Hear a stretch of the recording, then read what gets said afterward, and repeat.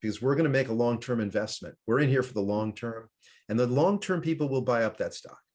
And let's actually focus on making a better company. You made a tremendous case, already, lots of cases. And I think a lot of people might be wondering what challenges, if you won the vote, but they recommended against to your proposal to shareholders. What are challenging in the negotiation in the sort of cases in Amex and DuPont? Could you tell me a little bit about that? 3 years ago, we wrote a letter saying we believe that diversity, equity, and inclusion are material. We got about $2 trillion of assets to sign the letter. All these shareholders agreed. There's about 150 different institutional investors. We sent the letter to 3,000 companies. So that just was like laying out the groundwork. We believe this is material. This is going to affect the financials of this company.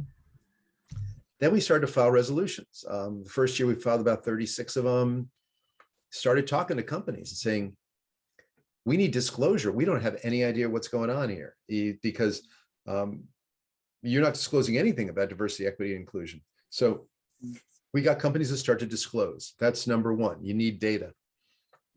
The scorecard that we do is just about, do they disclose or not? We haven't yet. There's only 20 companies of the S&P 500 that have actually started to disclose. We're just starting to understand what are best practices. So now so phase one is let them know what we believe is material. Number two, ask for disclosure. Resolutions, asking for disclosure.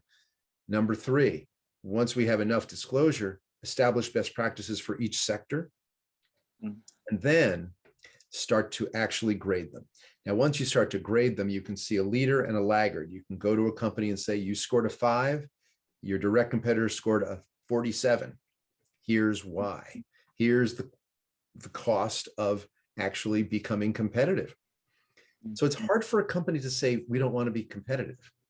And when you lay it out and you go, here's what you're going to lose, and here's what you're going to gain, and here's the cost, they can evaluate it. Just it's on a spreadsheet, and they can take it to their board and they can say, here's the ROI of doing this. We need to invest in either training or infrastructure or whatever it is.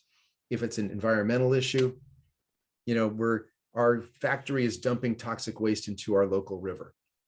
Okay, well, we're dumping in the commons. Hey, it doesn't cost anything. It's cheap. Our product is cheaper. Yeah, but the toxic waste goes down the river. It gets into the water system. You're now poisoning your own employees and the community where you operate. You get a lawsuit. Your brand gets associated with, people in the hospital and sick. You start to lose market share. Now, what is the cost of that?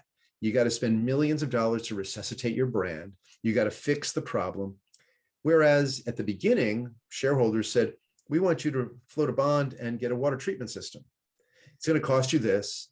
You're going to have to pay down, there's going to be a capital. You're going to pay interest on that capital, but the savings far exceed the cost.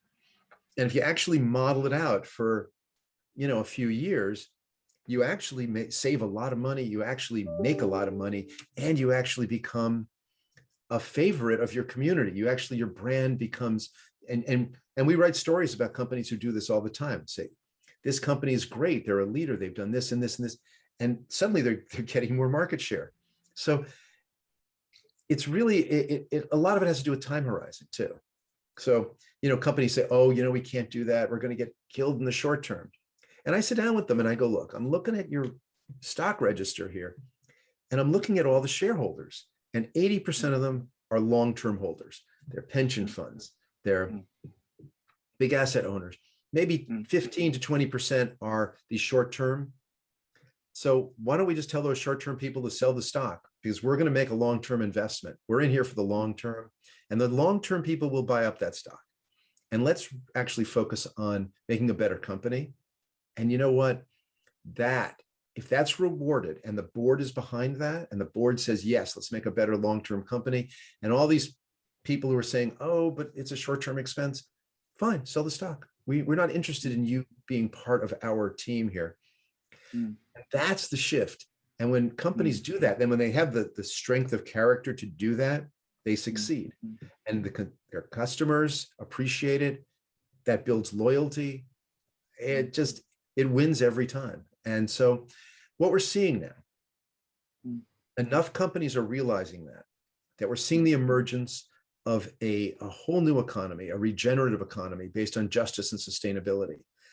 And the companies who stay in this model of being an extractive company, they will wind down. They will lose market share. They will wind down.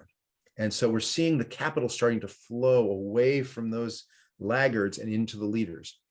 And within a few years, you're going to see a lot of companies that are going to be winding down and a lot of companies that are going to take their market share.